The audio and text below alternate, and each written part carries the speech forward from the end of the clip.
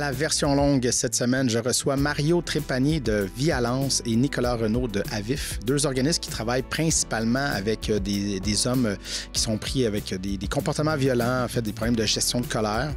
Donc, on va vraiment aborder ce thème-là, la violence, la colère, des sujets qui sont malheureusement d'actualité. On parle beaucoup de féminicide depuis quelques années, de problèmes de violence conjugale. Puis je trouve ça intéressant, en fait, qu'on parle, parce qu'évidemment, c'est extrêmement important d'accompagner les victimes, de les supporter, d'avoir un gros réseau, mais de parler de l'autre côté de la médaille, en fait, et d'aider ces hommes-là à briser cette roue-là de violence, qui est un cycle, en fait, qui va revenir tout le temps si on ne gère pas tous ces problèmes-là d'émotions, de réussir à les nommer, de réussir à les comprendre, de comprendre ces patterns.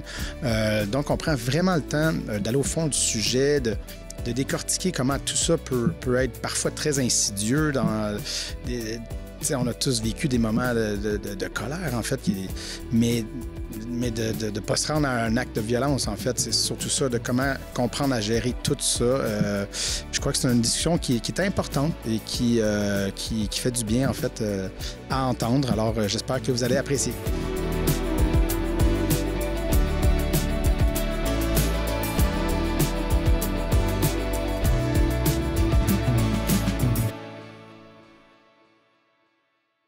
Alors, Mario et Nicolas, merci beaucoup d'avoir accepté mon invitation en ce matin qui était un peu plus dur pour se rendre. Les routes n'étaient pas super belles. Ben, c'est l'hiver, on est au Québec, là. On se réhabitue. Oui, c'est ça. Et puis c'est drôle parce qu'en m'en venant, je vais faire une mini parenthèse, mais tu sais, c'est ça, ça m'a pris beaucoup plus de temps qu'habitude. C'était pas facile, les gens étaient un peu intenses sur la route.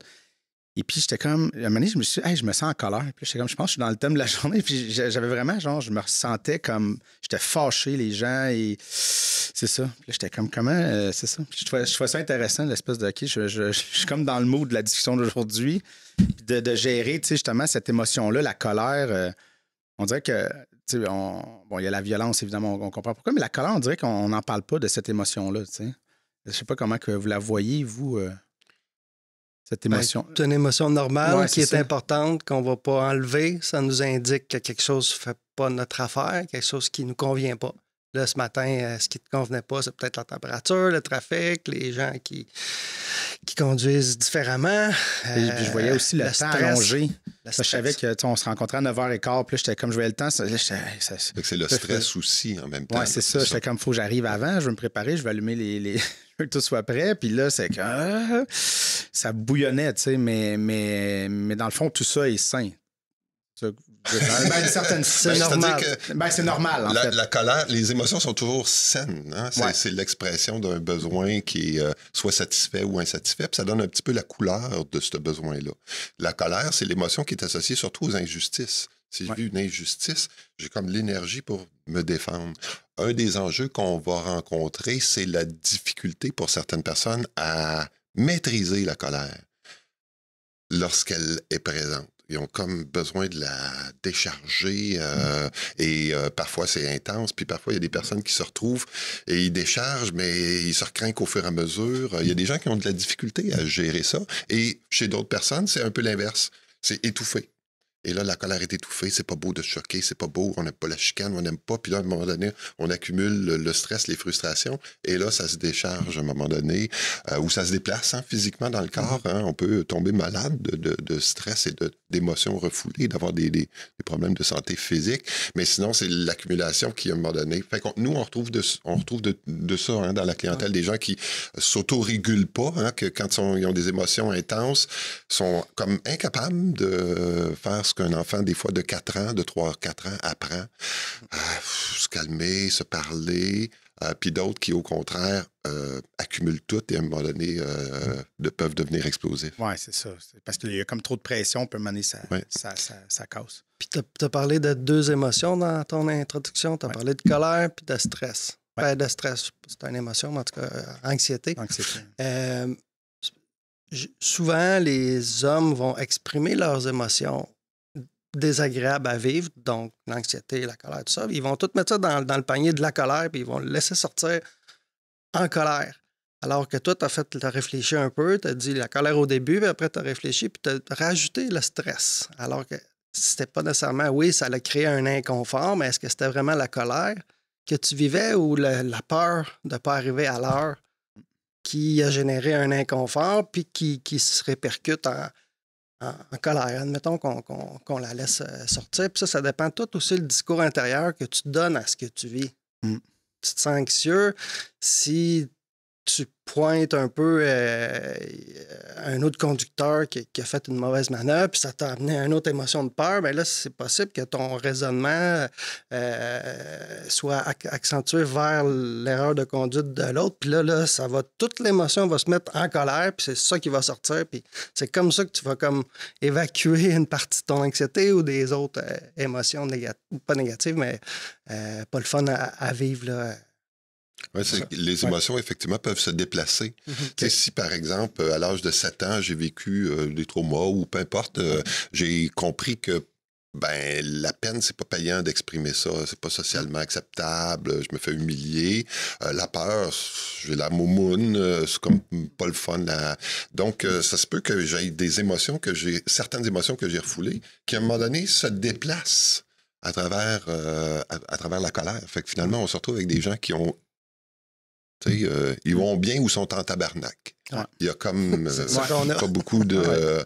Et en tabarnak, quand on creuse, nous, quand on reçoit les gens dans un espace sécuritaire, dans un accueil bienveillant, un accueil non jugeant, là, on les amène à se permettre, avec le temps, ça se fait pas ça se fait pas en quelques minutes, mais avec le temps, au fil des semaines, à aller au-delà de la colère. Nous, on va les aider à explorer. Y avait-tu justement des peurs? Y avait-tu peut-être des pertes, donc de la peine? Pour être connecté à la bonne émotion, finalement. Puis les gens, une fois qu'ils font ça, ça marche parce que quand je suis connecté à la bonne émotion, je fais les bonnes choses pour prendre soin de moi. Si je suis un gars jaloux ou je sais pas, moi je suis en colère contre ma conjointe, je pique des crises de jalousie. En réalité, si j'ai peur de la perdre, puis si je suis inquiet, puis ça, je suis pas sensible à ça, je pose pas les bonnes actions. Quand je crie après ma femme parce que je suis inquiet, ça va pas me rassurer, là, ça marche pas. Ça va pas l'aider à rester aussi. À plus forte raison. Tu continues l'idée qu'il y a peut-être un problème ou une tension entre les deux. Tu rajoutes un peu de l'huile sur le feu. Puis généralement, après une explosion ou après un comportement inadéquat, s'installe un sentiment de culpabilité. Ouais. Puis là, c'est ça fait que la roue tourne, puis là, ça améliore pas la situation au lieu d'adresser les vraies affaires. C'est pas facile d'adresser les vraies affaires, c'est pas facile de les identifier. Premièrement, c'est la première étape, là. Identifier qu'on n'est pas juste content ou en colère ou en maudit. Mais c'est ça. Fait que ça, c'est tout un travail d'introspection, de développer un langage. C'est pas simple de même. Il faut qu'on apprenne à les nommer, les émotions, à les reconnaître, puis à les partager. Ça, partager les vraies affaires avec l'être aimé ou un collègue ou un patron, ça demande beaucoup. La plupart des êtres humains apprennent ça vers 3-4 ans. On apprend ça. Il y a des enfants qui, dans les premières années de vie, sont déjà des enfants faciles. La vie a l'air pas trop désagréable. Puis c'est des enfants qui vont peut-être crier 1 ou 2 fois dans toute leur vie. Et on a d'autres qui vont faire des crises à chaque semaine et même plusieurs fois par semaine. C'est intense, là. Puis ça, c'est rapide, là. Et souvent, c'est vers l'âge de 3-4 ans que la plupart des êtres humains apprennent à mettre des mots sur leurs émotions, apprennent à être capables de retarder la satisfaction de leurs désirs, puis apprennent que l'environnement, somme toute, est quand même favorable, puis il y a une présence, c'est sécurisant. Et quand on a la chance d'avoir un environnement qui nous accompagne là-dedans, pour les enfants qui avaient déjà un tempérament, on va dire facile, ça se fait tout seul. Pour les enfants qui avaient un tempérament un peu plus difficile, on va dire, là, ça prend beaucoup d'efforts de l'environnement. Et dans certains cas, l'environnement ne peut pas donner ces ressources-là. Hein, parce que je suis en deuil, je suis en dépression, j'ai un problème de, peu importe, un problème de toxicomanie, peu importe, de déménagement, stress. Il y a plein de facteurs qui font que des familles, des fois, ne sont pas en mesure de fournir cet environnement-là. Fait qu'on se retrouve avec, nous autres, des clients qui sont un gars de 30 ans qui fait des crises de bacon, mais il pèse toujours bien 250 livres. Ouais. Il était peurant maudit. Ouais. Fait que, et dans ce cas-là, ben, c'est de fournir. Heureusement, les êtres humains peuvent apprendre à tout âge. Là. Fait que c'est de fournir les conditions, dans le fond, qui vont permettre justement d'autoréguler les émotions, juste de respirer, juste comme tu as fait probablement ce matin. Tu sais, probablement que ce matin... Il y a une pointe que je respirais pas. C'est ça. Et quand tu en prends conscience, c'est comme nous, on va appeler ça un temps d'arrêt. C'est comme tu as du recul, tu dis, oh, OK, attends une minute. Là, tu te donnes les moyens, finalement, pour te réguler. Ouais. Et alors que si tu fais pas ça, ben là, quelqu'un te coupe. Oh, ton ego devient menacé. Ouais. Ben là, tu comprends, tu pars dans un... il y avait des spins, puis tu sais, c'est ça. Puis puis moi, justement, j'étais pas super bon à nommer mes émotions. J'ai fait une thérapie. J'étais allé en psychothérapie, mais pour diverses affaires. Là, mais... Maintenant, on a parlé de ça, un peu la gestion de la colère, des trucs, parce que c'est ça, j'ai tendance à accumuler, comme on a dit un peu. Puis à un moment donné, ça peut... Ouais, tu sais, mais ça sortait beaucoup, mettons, au hockey. Je suis reconnu dans ma gang, je lance mon bâton. Mais je me fâche, mais je suis tout le temps fâché après moi. Puis, tu sais, je me dis tout le temps, je lance mon bâton, je brise mon bâton. Tu sais, c'est pas comme une attaque vers quelqu'un d'autre. Fait que je me dis, tu sais, c'est ça. Il y avait peut-être pas dans le sens que c'est pas bien, nécessairement, mais, tu sais, en tout cas.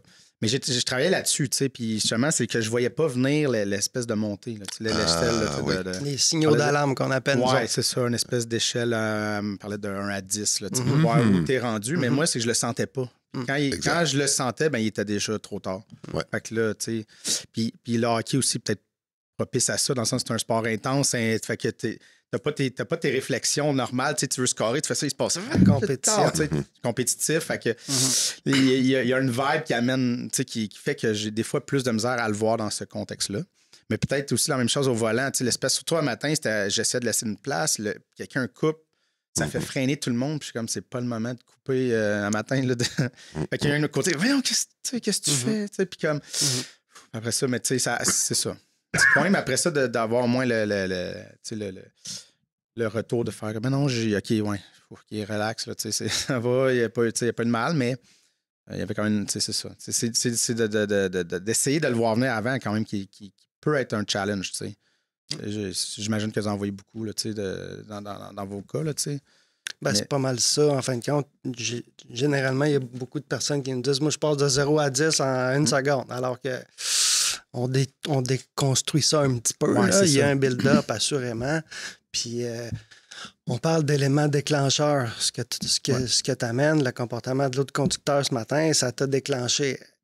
Parfois, quand on utilise des comportements violents, c'est qu'on tente d'avoir un impact sur l'élément qui nous a déclenché. Admettons, si tu aurais baissé ta vitre, puis là, tu aurais commencé à l'invectiver. Ouais. On va avoir un impact sur l'élément déclencheur pour peu qu'il refasse ça, admettons, sauf que le réel impact qu'on a, là, c'est pas sur l'élément déclencheur qu'on n'a pas choisi, qu'on n'a pas vu venir, c'est juste arrivé, on est confronté. Le réel impact, c'est la réponse qu'on va y donner. Ouais. Le réel pas impact, mais le réel pouvoir qu'on a sur nous, c'est la réponse qu'on va y donner puis la place qu'on va y donner. Tu sais, une affaire de conduite, là, on ne connaît pas la personne, on ne reverra jamais la personne. Moi, je dis aux gars, c'est un beau laboratoire pour te pratiquer à lâcher prise. Là. Ouais. Je comprends, c'est pas le fun de se faire couper, tu as fait un move dans le but de, puis c'est pas ça qui s'est passé, mais il n'y a personne de mort. Il faut comme se parler pour faire redescendre la pression, là. Puis de ne pas réagir sans réfléchir. Parce que quand on est dans l'émotion, là, notre capacité de réflexion est un petit peu diminuée. Ouais, c'est là qu'on va utiliser des outils. Nous, on va parler de l'échelle des catastrophes, par exemple. Okay. Est-ce que ce qui m'arrive en ce moment, c'est sur la liste des 100 choses graves dans l'histoire de ma vie? Bon, déjà, on prend du recul. Et bon, si ça l'est, on peut continuer à prendre du recul. Est-ce que c'est dans la liste des 100 choses graves dans l'histoire de l'humanité? On est rarement dans la liste, là, à moins d'avoir un ego exceptionnel. Donc, de se trouver des outils pour, dans le fond, accueillir l'émotion, mais être capable aussi, des fois, de lui donner un autre sens.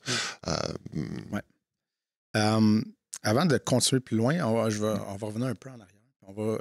J'aimerais ça quand vous présentez chacun un peu votre organisme, même si c'est sensiblement la même chose, mais tu sais, juste peut-être présenter un peu ce que vous faites, pourquoi ça existe, en fait, ces deux organismes-là. Peut-être Nicolas, pour commencer. Oui, bien nous, on a été formés là, en 1994. C'était une volonté de la communauté de développer une ressource qui vienne en aide aux agresseurs, en fait, aux hommes qui utilisent des comportements violents. Donc, on est issu d'un projet de concertation. Dans notre mission, nous avons un volet adulte-homme, simplement pour les hommes. C'est comme ça qu'on a été déterminés au départ. Et on a un volet jeunesse-famille aussi.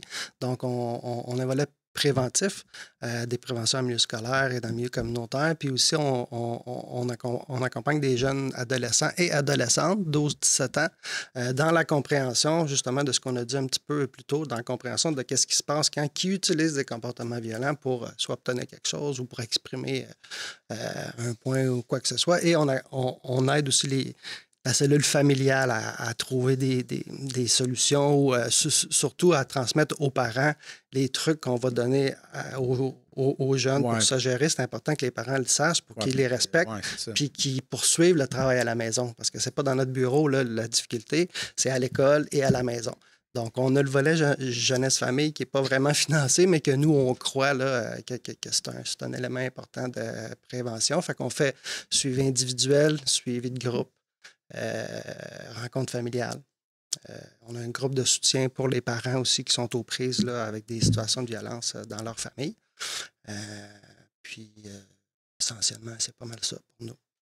Nous, on est les voisins à Valleyfield, mais à Vaudreuil-Dorion, à Huntingdon, mais on dessert le territoire de Beauharnois là, qui est proche aussi. Fait qu'il y a des gens de Châteauguay, des fois, qui se retrouvent...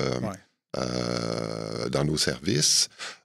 C'est très similaire, en fait. On fait partie d'un réseau, j'ai accroché le micro, d'un réseau provincial d'une trentaine. Il y a 33 ressources financées par le ministère de la Santé et des Services sociaux. Ce sont des organismes communautaires libres de leur mission, ce qui fait qu'il y a certaines différences, quelques variantes.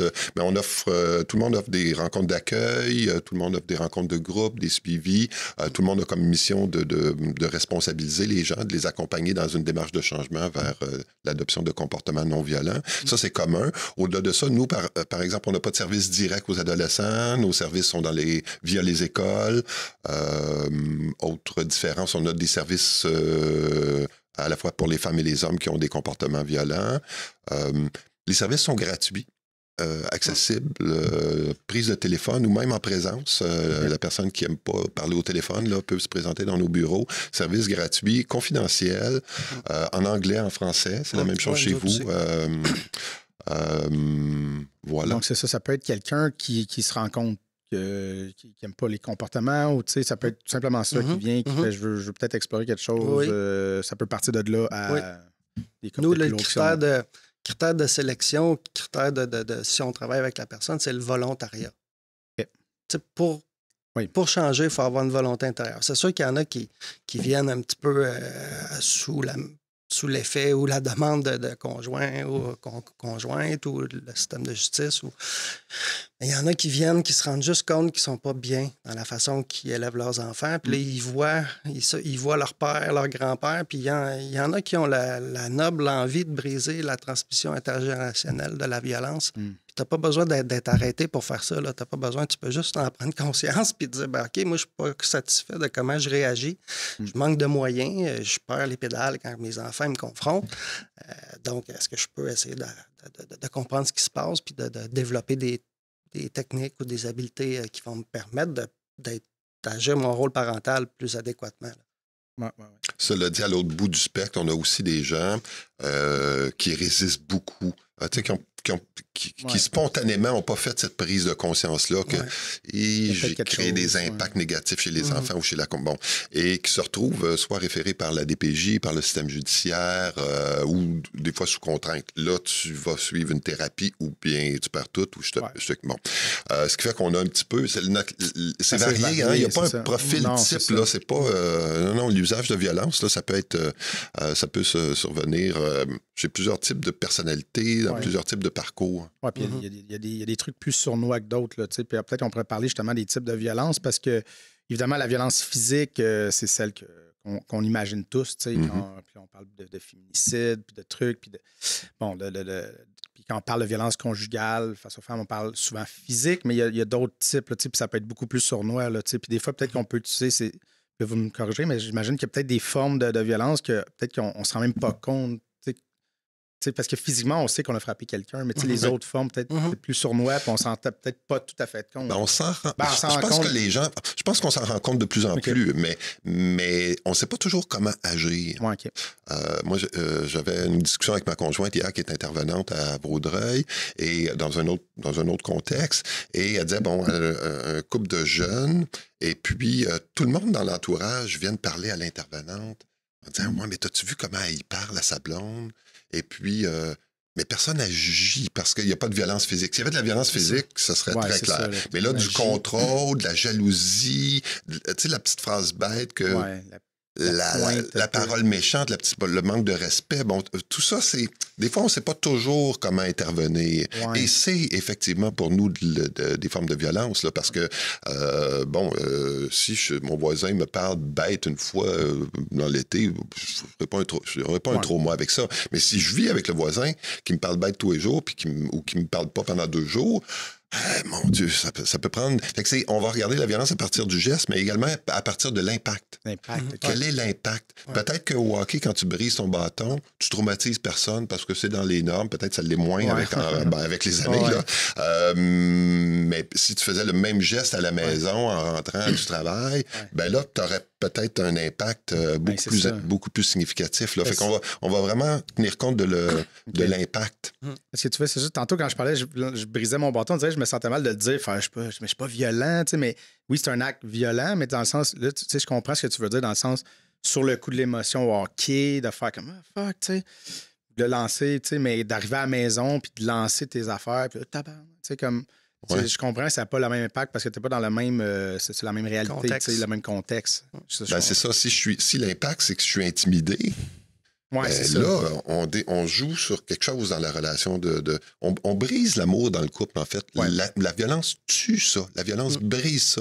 Tu sais, parce que je suis intimidé, fait que là, après ça, qu'est-ce que je fais comme scénario? Je vais me protéger. Fait que là, si moi, j'interprète que tu as cassé ton hockey parce que parce que la vaisselle n'était pas faite, mon scénario, ça va être essayer de faire la vaisselle, comme ça je me protège. À court terme, ça a l'air efficace. Sauf qu'à long terme, c'est plein de petits renoncements. Ouais.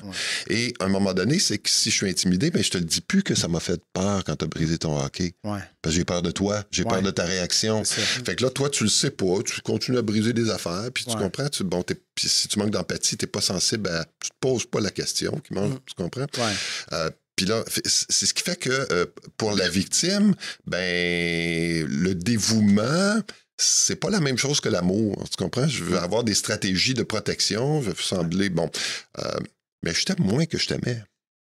Je me sens moins nourri. Je le fais moins, tu sais, quand on donne par amour, c'est payant.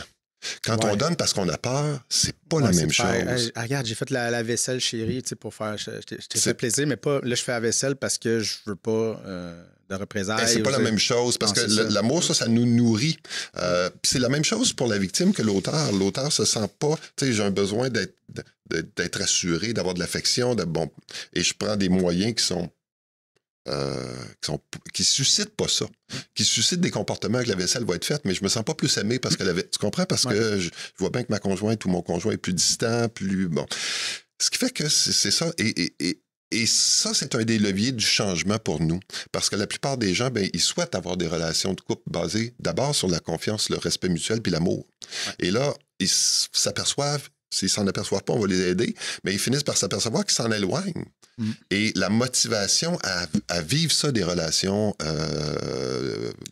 intimes, fondées sur l'affection, le respect mutuel puis l'amour, c'est puissant comme moteur de changement. Et c'est positif à ce moment-là. C'est pas juste pour éviter des conséquences, c'est pour un mieux-être. Un mieux-être, c'est ça. Il faut qu'ils apprennent à délaisser ça. C'est quand même un bon travail. T'sais, si ça fait des années que c'est intériorisé ou que c'est justement... T'es pas prêt à nommer tes émotions, t'es rendu à 50 ans, t'as quand même un bagage à défaire, là, j'imagine. Beaucoup de mécanismes établis en fait, pour te protéger, pour justifier des choses, parce que quand on commet ou quand on se rend compte par moment de ce qu'on crée comme impact, parfois, on a des moments de culpabilité, de dire, OK, c'est pas ça que je veux, mais dans le day-to-day, quand on n'a pas pris quand on n'a pas d'autres moyens alternatifs, bien, ça va juste revenir, même si le matin, les gens ne se réveillent pas le matin en se disant, à soir, quand je vais revenir, quand la vaisselle ne sera pas faite, je vais casser le bâton. C'est pas comme ça que ça fonctionne, mais face à une frustration, c'est comme le coffre d'outils pour exprimer mon mécontentement. Bien, malheureusement, quand on commence à utiliser la violence, parce que la violence est très efficace, malheureusement. Ouais. Puis ça reste le premier outil sur le bord quand je veux faire valoir un point rapidement. Parce que là, ça presse. Là, le souper est fini. Mon émission commence dans 5 minutes. Là. Fait qu'on on va prendre l'outil. Quand on ne réfléchit pas à quel serait le meilleur outil pour atteindre mon but, qui est la communication, puis l'échange, qui est vraiment plus long que de donner un coup de poing sur la table, on s'entend. Les réflexes vont prendre ce comportement-là. Puis plus que c'est cristallisé, bien, plus que c'est long. Par contre, j'ai envie de dire que les gens qui viennent à un âge plus avancé, ils ont aussi beaucoup d'expérience d'échecs, puis d'expérience, puis de conséquences. Puis à un moment donné, il y en a qui sont vraiment décidés de dire, j'ai essayé pendant 30, 40 ans, puis ça ne fonctionne pas. Fait que donne-moi d'autres. C'est pour ça, donne-moi d'autres moyens. C'est pour ça que des fois, il y a des gens, moi, je trouve ça vénérable, des messieurs, là, 70, 75, qui décident de faire une démarche, puis qui me disent, j'aimerais ça vivre au moins le restant de ma vie heureux, ou pas tout le temps dans l'agressivité. Fait que tu dis, comme Mario dit, il n'y a pas d'âge pour changer. Il y a plutôt des contextes favorables au changement, je pense. Ouais, c'est ça. Peu importe l'âge. Ouais, puis, c'est ça. À force de vivre des échecs ou de se rendre compte, c'est qu'à un moment donné, quand on frappe le mur à répétition, c'est beau le déni, là, mais à un moment donné, ça nous rattrape. Là, à un moment donné, il faut comprendre que quand il y a des situations qui se répètent, il y a souvent une constante. C'est des variables. À un moment donné, il faut que tu te rendes compte que la constante, c'est peut-être toi. Tu sais. Si j'ai eu 10 relations puis ça a mal fini, c'est qu'est-ce qui est commun à tout ça? Là, c'est toi. C'est ça. À un moment donné, il faut avoir l'espèce d'humilité. Je ne peux peut-être pas l'humilité le bon mot, mais à un moment donné, une espèce de... C'est pas juste les autres. Ouais, de faire comme... elle était folle, puis là, elle était ça. Mais à un moment donné, tu fais OK, mais c'est soit que tu choisis très mal tes partenaires à plusieurs reprises, ou bien l'évidence, c'est qu'il y a une constante, puis... Il y a peut-être ce travail-là. Il y a l'affaire que tu peux contrôler. J'imagine que c'est un peu ça l'idée. Ça revient à ça au début, qu'est-ce que je peux contrôler? C'est moi-même. T'sais. Mais c'est ça, c'est pas facile cette prise de conscience-là, parce que on aime toujours mieux dire j'ai fait la bonne affaire dans tout. Là. On n'aime pas ça être pris en défaut. Là. Fait que c'est l'ego qui est menacé. Et plus l'ego est fragile, plus la prise de conscience risque d'être difficile, parce que là, non, c'est bien plus facile de dire c'est de la faute de l'alcool, c'est de la faute de ma mère, c'est de la faute de mon père, c'est de la faute de mes traumas, c'est de la faute de ma femme, c'est de la faute du système, c'est de la faute... Bon, c'est toujours plus facile parce que ça protège mon ego. Sauf que à court terme, c'est payant. Comme se défouler, comme Nicolas disait. Tabarnak, ça marche. Excuse, chacun. C'est correct. Je ne t'ai pas demandé la permission avant. Sur le coup, je retrouve du pouvoir. Je sors du sentiment d'impuissance. Sauf qu'à moyen et à long terme, pour moi, mais surtout sur les autres, mais l'impact est pas positif. Là. Fait que c'est un petit peu ça. C'est pas facile de prendre conscience. Là. C'est pour ça qu'on accompagne les gens dans un travail qui est exigeant dans la prise de conscience. Et qu'on parlait de responsabilisation. C'est ça, la responsabilisation. C'est d'arrêter de dire tout est de la faute des autres, de se regarder et de voir OK, qu'est-ce qui m'appartient et surtout qu'est-ce que je peux faire pour prendre soin de moi et de mon entourage. Exact. Puis, tu sais, même moi... J'arrive à 40 ans, puis, tu sais, parce qu'en ce moment, on parlait, les gens sont plus vieilles, on pas appris à parler des émotions, mais même moi, je suis comme. C'est ça, j'ai peut-être pas tout à fait les outils. C'est pour ça que j'étais allé en thérapie, puis de me rendre compte de qui. Parce qu'à un moment donné, je me rappelle avoir vu mon neveu, il y avait ça. Parce qu'au début, tu parlais des enfants, là, tu sais, mettons 3-4 ans, ils apprennent l'autonomie, puis là, je voyais mon neveu, puis ma soeur est super bonne, puis justement, je me rappelle une fois, tu sais, parce qu'il est rattaché à moi, je quittais, puis il y a de la misère avec les fins, comme tout le monde, tu sais, des fois, juste la fin, il s'en va. Puis là, il a lancé un jouet dans le mur, puis il était fâché, puis il criait. Ma soeur, tout de suite, elle l'a pris, puis elle dit qu'est-ce qui se passe? Est-ce que c'est parce que t'es triste que ton oncle s'en va? Puis là, il s'est m'appelé, oui, je suis triste, puis tout ça. Mais tu sais, de commencer. Mais là, j'ai regardé aller, puis j'étais quasiment ému, puis là, j'étais moi, je suis pas capable de. Tu sais, je sais pas si c'est là. Fait que là, tu sais, c'est ça, j'étais allé en thérapie, puis j'essaie de faire comme, OK, j'ai essayé de travailler là-dessus, tu sais, de comme nommer les choses, puis de réaliser des choses, tu sais.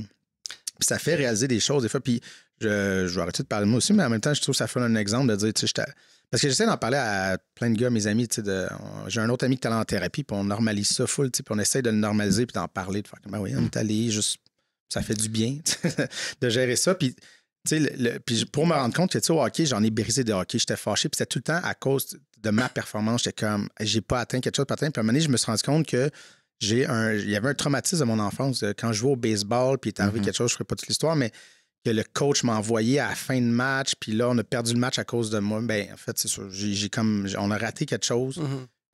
Fait que moi, quand je joue un sport d'équipe, je veux pas être une erreur. Puis, je porte ça encore, je m'en suis rendu compte. C'est du stress, là. Ouais, c'est ça. Puis quand je fais une erreur, puis je suis fâché après moi. Mais encore aujourd'hui, mais là, avec la thérapie, c'est que je le vois venir, là, OK. Puis là, des fois, je sors dans le corridor, je vais respirer. J'essaie de plus lancer des fois une petite pointe, mais c'est ça, ça dépend des vagues. Mais j'essaie de le travailler, de trouver des outils justement de OK, je vais aller. Puis la gang le sait, quand je sors dans le corridor, c'est parce que là, je suis fâché. Puis il me laisse faire, puis tu sais, comme. Puis quand j'ai le goût d'ajouter, puis c'est des choses qu'on connaît peu, mais quand on est déclenché dans la colère ou n'importe quelle émotion très intense, là, à un moment donné, il y a quelque chose de chimique, là. Il y a une réaction chimique dans le cerveau qui fait en sorte qu'on ne peut pas, à moins qu'il arrive un autre événement encore plus dramatique, là, mais ça ne change pas là, automatiquement. Là. Il y a une espèce de courbe et il y a un temps qu'on estime entre 10 et 20 minutes. Là, si tu te changes les idées, si tu es en colère à 10 sur 10, là tu te changes les idées, tu vas voir quelque chose, une photo qui te fait du bien, quelque chose qui te fait rire. Bon, tu vas te changer les idées, mais l'émotion, c'est chimique, là, ça va remonter, ça va revenir. Et il faut que tu te calmes plusieurs fois, finalement. Il y a plusieurs choses qu'il faut que tu dises. Et ça prend un certain temps, tout ça. C'est pour ça que s'isoler, à ce moment-là, c'est pas de prendre la fuite, c'est juste de se laisser le temps. Aller respirer. À la chimie du cerveau, de reprendre, de rétablir son équilibre. Mais c'est drôle parce que, justement, quand ça m'arrive que je déclenche, puis que je sors, mais une fois que je suis sorti, des fois, je vais peut-être sortir 3-4 fois dans la soirée, tu sais. J'ai d'autres moments de comme, que je ressors, tu sais, parce que c'est ça. C'est drôle, là, on dirait que je comprends. Là, tu prends un moyen pour parce que quand je sors, je reviens, je fais, OK, je reviens, mais là, ça passe une petite affaire, puis je suis comme, ça repasse. Probablement que si t'étais sorti 20 minutes. Ouais, c'est ça. C'est ça. Le match, ça continue, fait que là, je revenais, puis là, c'est ça, je me prends juste 5 minutes, là, je reviens, tu sais. Fait que c'est ça. OK, mais c'est bon. Je vais regarder ça en tête aussi. C'est bon de le savoir aussi, tu sais. Au niveau chimique, des fois, tu fais comme, pourquoi je suis allé me calmer, puis là, ça me repogne. Ben oui. Fait que c'est ça. Puis quand tu as mentionné que tu avais de la difficulté là, à exprimer tes émotions, puis tout ça, ben faut juste pas oublier non plus que la société, qu'est-ce qu'elle nous a montré. Je veux dire, on n'a pas appris ça à l'école. Là aujourd'hui, c'est plus d'actualité. Les parents sont plus sensibles à ça, comme tu as donné l'exemple de ta sœur qui prend le temps de mettre des mots sur les comportements. Ben, dans les années 70, là, c'était pas... T'étais-tu né, toi, dans les années? Oui, c'était début 70, modèle 73, c'est quand même pas pire. Mais en tout cas, à ma souvenance, on parlait pas de ça. Puis un gars, c'est ça, la socialisation masculine, un gars dans le cours d'école, ça parle pas de ses émotions, là. Non. Ça joue au ballon, ça gagne.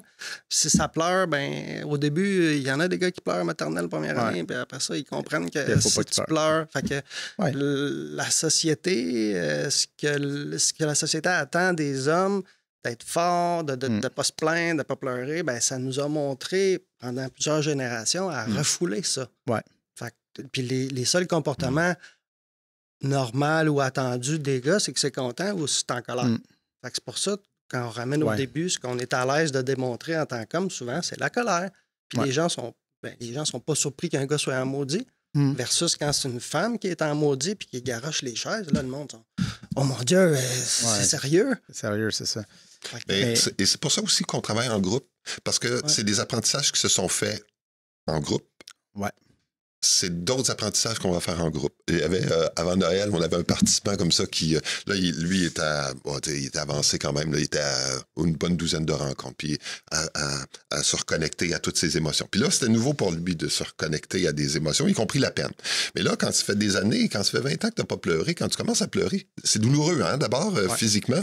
Et après ça soulage, et là, il dit, mais là, c'est comme les vannes sont ouvertes, là. Il dit, je pleure, puis bon. Et ce qui était drôle, tu sais, parce que on a une image des fois là qui peut paraître un peu folklorique de ce genre de groupe-là, dans le sens où c'est des gens qui ont des comportements de violence. Bon, ça doit être épeurant. En réalité, le climat qu'on crée de respect, de confiance, fait en sorte que c'est un lieu d'entraide en même temps. Et ce gars-là, à un moment donné, il y en avait un nouveau là, qui disait... Ben, et là, lui... Il a conseillé, il dit, moi, là, j'ai trouvé le truc, là, j'ai pris 3 jours de congé, je suis abonné à une chaîne, puis là, j'écoute une série, puis il a nommé le nom de la série, ça me fait pleurer à chaque fois. Mais là, il donnait ça comme truc, là, tu sais, puis... fait que c'est surprenant, comme... Et dans le fond, je reviens à ce que je disais, ce qui a été appris jeune, ben c'est le fun que ça soit appris en groupe. C'est bien plus puissant quand c'est un autre participant qui dit ça à l'autre. Ouais. Que Nicolas ou moi, c'est ça, là. Il y a cet esprit-là de se réapproprier, dans le fond, l'ensemble des émotions humaines, puis le droit à la vulnérabilité. Oui, c'est ça. Puis ça, c'est un truc, tu sais, puis tu disais aussi qu'on attend qu'il soit fort, puis tu sais, moi, c'est un des points aussi qui m'a amené vers la thérapie, c'est, bon, il s'est passé un truc dans ma famille, j'en parlerai pas de ça, mais moi, rapidement, mon réflexe a été je me tiens droit pour tout le monde. Parce que tout le monde s'effondrait autour de moi. Fait que j'ai fait, bon, ben c'est moi qui gère tout. J'ai pas dealé avec l'émotion de ça, mais ça a pris mais ça a sorti là, 6-7 mois plus tard. J'ai craqué. Je commençais à boire un peu plus. Puis là, là, ça allait plus. Puis là, sur ce moment-là, je comprenais plus ce qui se passait. T'sais. Mais après ça, mais c'est ça, pendant un bout, j'arrête tout. Puis j'étais comme, OK, là, on fait ça, telle affaire de blablabla. Puis j'étais en mode, je prends tout le monde sur mes épaules. Puis j'ai souvent ce réflexe-là de dire, je sais que j'ai une capacité de gérer, tu sais. Sauf que maintenant, il y a la partie de s'oublier qui est dangereuse, tu sais. Parce que tu peux en prendre sur tes épaules, mais il faut comme réaliser que c'est ça. Ben, bravo d'avoir pu réaliser justement après. Ouais. Au début, on se pose la question, puis de dire, OK, ben, l'être humain est bien fait, tu sais, là. T'as contenu ça parce que t'étais... Parce qu'il y avait une crise. Et là, tu es dans des circonstances où tu n'es pas obligé de le contenir, ben, de l'accueillir et de le traiter par la suite, là. Bravo. Oui, c'est ça. Puis c'est ça. Puis c'est un travail à faire quand même. Là, puis de réaliser sur le coup, de faire comme en même temps, il faut que quelqu'un gère aussi, mais de se donner des moments. Est-ce que j'aurais pu me donner des petits moments quand j'étais seul? Parce que je pense que là, je me le permettais pas. Fait que là, il y a ça aussi. Il y avait ce problème-là. C'est pas le problème de gérer tout, mais de faire comme peut-être seul, j'aurais peut-être pu me laisser aller. Craquer 2 secondes, faire sortir la steam, mais là, je l'ai juste laissé monter. Puis quand on réalise ça, là, on vit un petit sentiment d'injustice, nous, envers nous-mêmes, de dire, ben pourquoi je priorise tout le monde, puis moi, je me suis oublié. Puis peut-être que dans tes games de hockey, là, quand tu cassais tes hockey, là, il y avait un petit peu de ça. Oui, il y avait un peu de ça, oui. Puis tu sais, c'est composé de plein de choses. Là, je veux dire, de réaliser que Colin, je suis fin avec tout le monde, puis moi, je m'oublie, là. Ouais. Puis ça a des conséquences, ça a fait que j'ai craqué X, Y façon. Ouais. Bon, ben, le mieux qu'on peut faire, c'est pas de se taper sa tête ad vitam aeternam, mais de dire, bon, ben, j'ai une expérience, je vois clair ce qui s'est passé, la prochaine fois, comment que je vais gérer ça. Ouais, c'est parce qu'il risque d'en avoir d'autres situations qu'on ne contrôle pas. C'est le mieux qu'on peut faire, regarder en avant.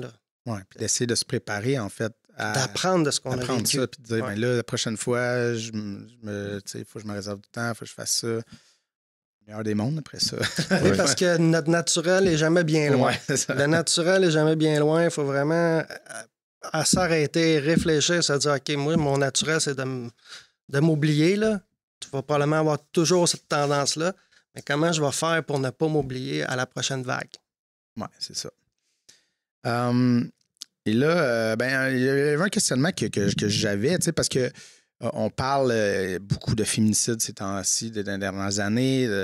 Et bon, on parle souvent de l'aide aux victimes et avec raison. Je veux dire, il faut les encadrer, mais j'ai souvent l'impression que accompagner, si je peux me permettre. Oui, c'est ça. Accompagner.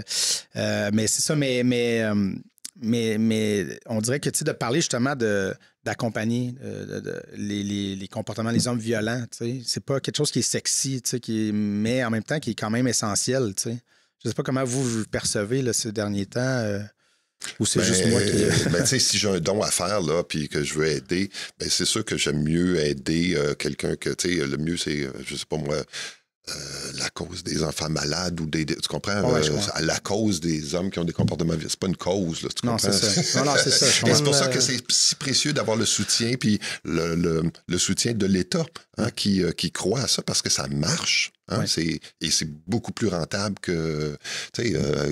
une personne en prison, là, ça nous coûte plus qu'1 million par année. Là. Et nous, si avec quelques milliers de dollars, on est capable de prévenir ça et de faire cesser la violence, on est... Tu sais, c'est ça, là. Fait qu'on ça prend l'État, donc ça prend... et on est chanceux de pouvoir compter là-dessus pour avoir des ressources. On fera pas quand on fait une campagne de souper spaghetti, nous autres, il y a des causes plus sexy, comme tu dis. Mais en termes d'efficacité, ben, on est certainement la ressource la moins chère et la plus efficace.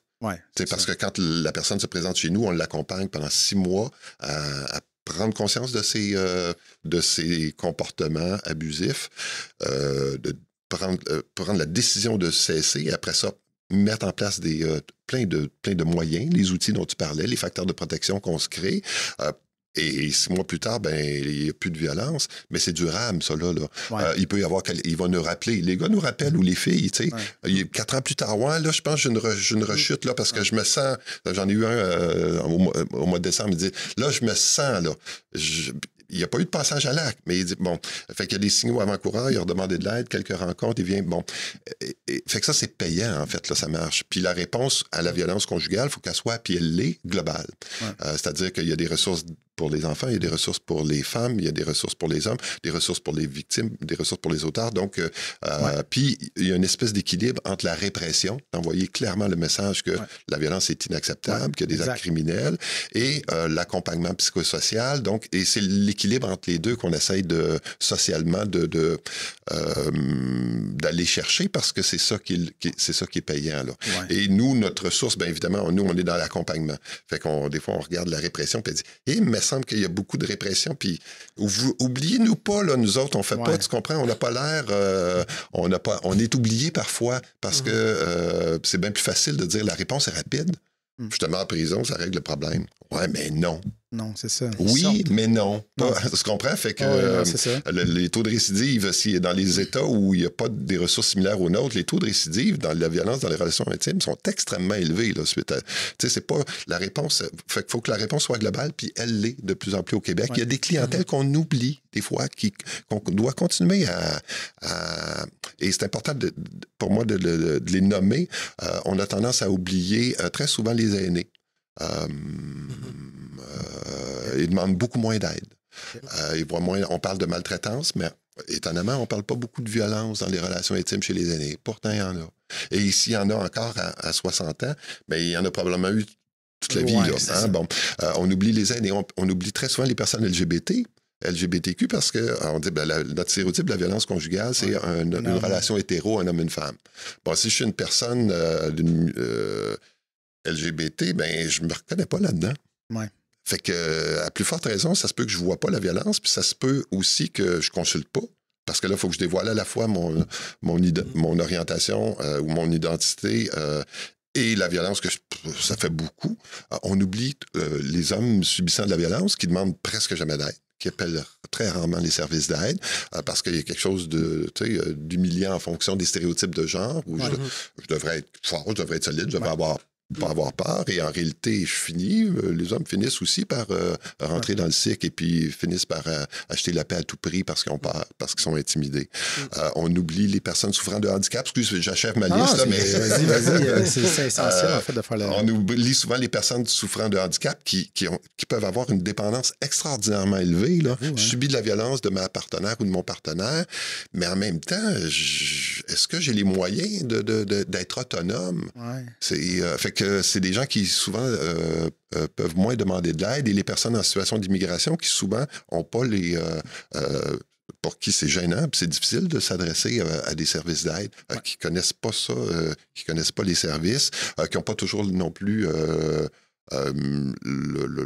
la même définition de ce qui est un comportement acceptable ou inacceptable. Donc, il y a un temps d'intégration. Fait que moi, je trouve ça précieux de rappeler ça, là, d'aller au-delà du stéréotype que tout le monde connaît là, de la violence conjugale et dans une relation hétérosexuelle pour dire ça touche d'autres personnes, puis c'est des personnes qui peuvent se retrouver marginalisées parce qu'ils demandent moins facilement d'aide. Oui, c'est ça. Et comment qu'on peut être en prévention là-dedans?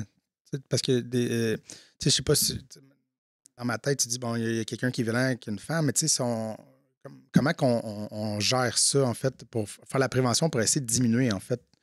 En fait, je pense que ma question n'est pas claire, parce que c'est pas clair dans ma tête, là, mais... on est là-dedans en ce moment. Excuse, Nicolas, je vais te laisser compléter, là, mais... On est là-dedans. Nous, par exemple, par rapport aux aînés, on a dit, dans la région, là, on a eu un homicide conjugal dans une résidence pour aînés. Ouais. Ben là, on s'est mobilisé. C'est un cas qu'on a échappé socialement. Là. Ouais. Ça n'a pas de bon sens. Alors, qu'est-ce qu'on a fait? On a créé un petit comité de travail. On a créé un contenu de formation. Donc, on a réussi à former plus d'une centaine d'intervenants à cette réalité-là, à la prévention des homicides et y compris de la violence conjugale, bien entendu. Là, on a créé une affiche, un dépliant adapté aux aînés. Donc, par exemple, il y a des formes de violence qui sont plus spécifiques. Là. Dans nos dépliants, de façon générale, on ne va pas dire menacer de placer la personne. Mais chez les aînés, ça fait partie des enjeux. Donc, là, à cette étape-ci, on crée des liens avec toutes les RPA de notre territoire pour essayer d'aller sensibiliser les équipes de travail. Un petit 20 minutes, si on est capable. Un 3 heures, si on peut. Et par la suite, d'aller aussi directement vers la clientèle. Fait qu'il y a plein de choses qu'on peut faire, là. Et je sais que vous travaillez au niveau des familles, des jeunes, où là, on est au cœur de la prévention. Là. C'est ça. Nous, en tant qu'organisation, c'est pas une question. On a choisi il y a longtemps de s'impliquer auprès des adolescents, adolescentes, puis des milieux scolaires. Justement, je pense que la recette, c'est de sensibiliser les gens. Un peu comme l'intimidation, là. L'intimidateur puis la victime, c'est des acteurs principaux, mais les témoins, ils ont la balance du pouvoir dans l'histoire. S'il n'y a personne qui encourage l'intimidateur, à un moment donné, il risque de changer de stratégie ou de changer de façon d'être. Donc, si on informe la population de ce que c'est, des conséquences, des différentes formes de violence, des différents contextes que Mario a tout amené. Là. Beaucoup de gens, là, on n'a pas le réflexe de penser à ça. On a le réflexe de penser à nous, comment on est et tout ça. Mais c'est vraiment d'en parler. Puis de saisir tout le monde, de dire, ça te concerne la violence. Ça concerne tout le monde la violence. Parce que si moi, je suis juste témoin de violence, puis c'est pas moi la victime, ça me fait quand même un impact. Parce que je peux me dire, OK, tu sais, dans le dilemme de dire je fais-tu quelque chose, je fais-tu rien, je ferme mes yeux, tout ce petit dilemme-là, ça se peut que ça dure juste 5-6 minutes dans ma vie à ce moment-là, parce que c'est pas moi la victime. Sauf que si je le vois à répétition, si je travaille dans un RPA ou dans une école, puis que je vois à répétition ça, c'est qu'à un moment donné, je vais peut-être rien dire au début, là, je cherche, puis les gens ne savent pas tout le temps quoi faire. Non, c'est ça. C'est la problématique sociale qui touche tout le monde. On peut tout soit en faire, en subir, ou on est certainement témoin. Ouais. Ça touche tout le monde. Puis moi, je pense que ça fait partie des raisons pourquoi on ne sait pas quoi faire. Parce qu'on a tout un rapport différent à la violence selon notre évolution personnelle. Il y en a qui s'en éloignent, fait qu'eux autres vont peut-être plus fermer les yeux. Puis c'est pas une question de jugement, ça relève juste de la capacité individuelle. Les gens ont peur. La violence, ça fait peur. Puis on veut pas se mêler. Ah, ça, c'est dans le domaine privé, on se mêlera pas de ça. Sauf que il y a quelqu'un qui est en danger dans cette histoire-là. Là. C'est drôle parce que tu me parles, puis ça me fait penser à un film. Mais moi, je suis un maniaque de cinéma, fait que j'ai tout ça un lien avec un film, mais il y a un film français qui s'appelle Code inconnu avec Juliette Binoche, un très grand film français. Il y a une scène, ce réalisateur-là, il aime ça, mettre des scènes, la caméra coupe pas, des longues scènes, puis il fait durer le malaise. Et puis c'est une scène dans le métro, Juliette Binoche, en fait, là, on voit tout le wagon, il y a plein de monde, puis il y a 2 jeunes qui rentrent, puis ils vont commencer à parler à Juliette, puis tu sens comme il y a un malaise, le monde regarde, puis ils vont comme l'attaquer, ils vont comme... ils vont... tu sais... On la gosser, puis ça s'en va, mais personne ne réagit. Lui, mais il maintient le plan, puis il va le maintenir après, à se mettre à pleurer, puis personne, tout le monde est comme là. Puis sur le coup, tu regardes la scène, puis t'es fâché, puis tu fais, voyons. Puis tu fais de quoi? Mais lui, il fait maintenir le truc, puis là, tu fais, j'aurais-tu vraiment fait de quoi, tu sais? C'est ça un peu l'idée de pourquoi il tient le plan, de faire comme t'es brave là, en regardant l'écran, tu aurais fait de quoi, mais la réalité, c'est que tu vois les jeunes, tu sais pas, ils ont-tu un couteau, puis là, tu te mets, tu sais, je sais pas, je vais me faire frapper moi-même. C'est un enjeu qui est bien connu, hein, parce que si tu as une foule, tout le monde pense que c'est le devoir de quelqu'un d'autre. Il y a sûrement un policier dans la salle, il y a sûrement... S'il y a une foule, on a moins tendance à faire quelque chose. Mais tu sais, dans un party de famille, là, j'assiste à, je sais pas moi... la violence verbale entre, je sais pas moi, mon beau-frère puis ma belle-sœur, peu importe. Mais là, on va le ressentir, tout le monde, le malaise. Là, est-ce que j'agis sur le coup? En disant, hey, tabarnak, ça va faire, parlez-vous... Pas tellement payant. Hein? Là, il pourrait y avoir une escalade. Finalement, c'est de répondre à la violence par une autre forme de violence. Si, par contre, on prend le temps, puis c'est ça qui est difficile... je vais faire quelque chose. Est-ce que c'est le bon moment là? On attend. On peut attendre que la courbe, si on est encore là, 20 minutes. Là, on attend. Après ça, si j'ai des liens, soit avec la personne, l'auteur de violence, ou plus la personne qui a subi la violence, ou des fois, c'est les deux. Mais je prends le temps individuellement de dire, on va-tu jaser? J'aimerais ça prendre une marche. Et là, on parle de notre malaise. Tu sais, quand tu as dit ça tantôt, j'ai senti comme... Ça griche. Peu importe, on le dit dans nos mots. Sans juger, tout simplement, on parle de notre malaise. Et là, ça crée une discussion. Donc, ça brise le silence. Et juste ça, c'est déjà beaucoup. La difficulté, c'est souvent, on va se taire ou on va juger. Tu devrais pas, tu devrais le laisser, tu devrais... peu importe, on va donner des conseils en jugeant. Et les gens, ils sont là-dedans. Fait que on conseille de ne pas juger, de juger la situation de violence, mais de ne pas juger les personnes qui se retrouvent là-dedans parce que finalement, ça ne les aide pas. Mais il y a quelque chose à faire. Voyons que tu acceptes ça.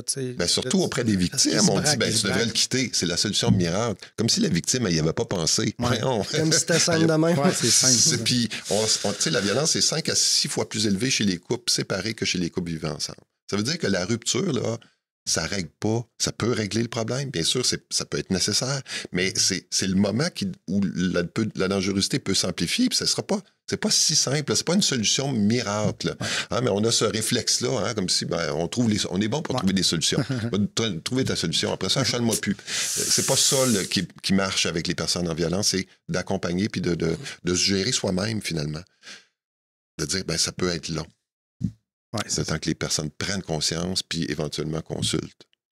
Le temps avance rondement. Je ne sais pas s'il y avait quelque chose que vous vouliez absolument aborder ou on a quand même fait le tour là, parce que là, il y a tout l'aspect masculiniste, mais je pense qu'on n'a pas le temps de rentrer là-dedans. Là. Mais il y a cette nouvelle vague-là. Est-ce qu'il y a des craintes justement un peu rapidement, mais avec le masculinisme, mais l'Internet, on dirait que le monde est de plus en plus isolé dans des chambres d'écho, puis de se réconforter peut-être dans certains comportements ou de s'isoler d'une certaine façon. Je ne sais pas, où c'est trop récent peut-être. Non, on envoie je ne sais pas chez vous, on voit des... un petit peu. On envoie un petit peu. Une chance, c'est pas c'est pas une masse, mais c'est effectivement inquiétant là, d'avoir des gens qui sont nourris. Des fois, nous, on travaille la responsabilisation, puis on a des gens qui se nourrissent au quotidien dans la déresponsabilisation.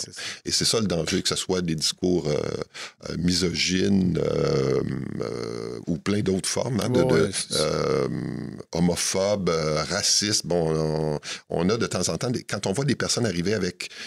et qu'on voit qu'ils se nourrissent quotidiennement sur les réseaux sociaux, c'est beaucoup plus difficile pour nous à déconstruire. Beaucoup plus. Et si on les affronte par des arguments, c'est nul. Ça marche pas. Faites pas ça. Là. Ça donne rien. J'avais un superviseur clinique qui disait, on n'est jamais mieux convaincu que par nos propres arguments. Fait que là, je me nourrais tous les jours d'un argumentaire, tu m'amènes d'autres choses, je sais quoi te dire. Non, c'est de partir de la détresse de la personne, s'il y a une détresse, et de voir de quoi tu as besoin, toi, là-dedans. D'individualiser l'enjeu pour... Et ça, là, on a une petite marge, mais c'est pas simple. Là. Non, parce que c'est des gens qui regardent des raisons ou des réponses à l'extérieur d'eux. C'est la faute à tout le monde ou c'est tout à l'extérieur d'eux. Donc, ils n'ont pas le réflexe d'aller voir, OK, moi, ça part de où, ce besoin-là, de me rallier à des radicaux ou d'avoir une pensée unique, avec pas de discernement. Ça répond à quel besoin, moi? Ça dit quoi de moi, tu sais? Puis ça, c'est ça qui est un peu dur, de les ramener envers eux. C'est pas facile. Il y en a qui ont des structures de personnalité qui rendent ça quasiment impossible. Moi, j'avais un monsieur, à un moment donné, dans le temps des terroristes, là, ça fait un petit bout, là, mais dans le temps des talibans, en tout cas, je me souviens plus trop quel temps, mais lui, il se nourrissait...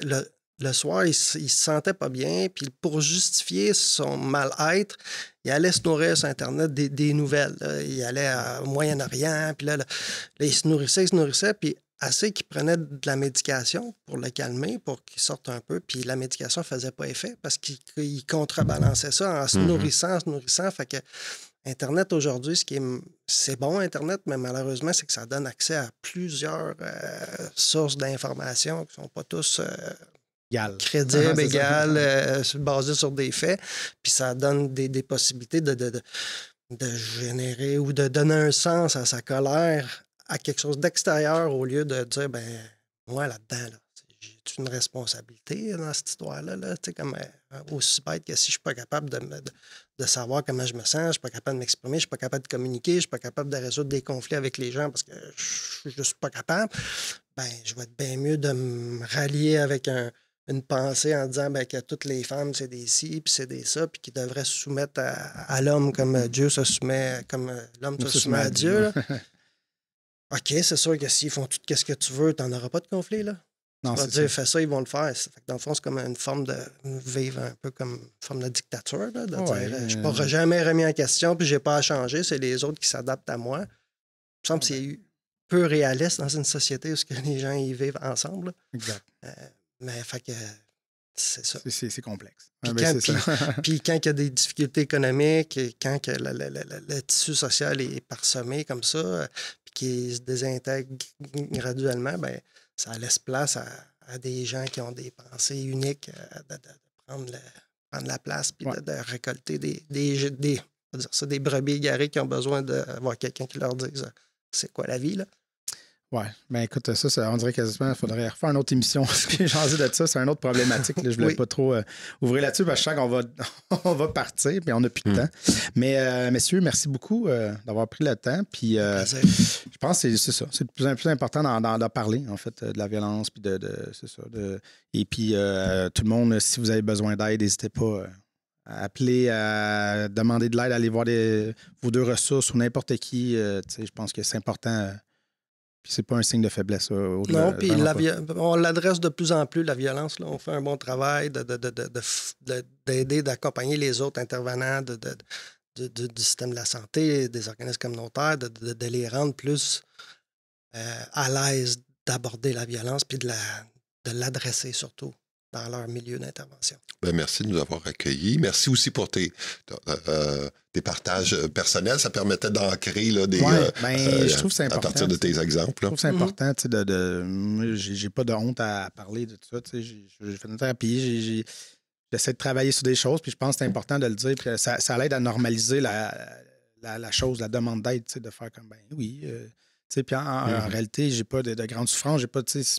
Mais ça fait du bien à tout le monde. Même si tu n'as pas un grave problème de violence ou de dépression d'affaires, ça fait du bien, peu importe le niveau que tu es. De se comprendre, de savoir pourquoi je suis comme ça, mes mécanismes de défense, juste de se comprendre. On n'est pas obligé de vivre des grosses détresses. Là, mais exact. Je pense que tout le monde aurait intérêt à faire un petit bout.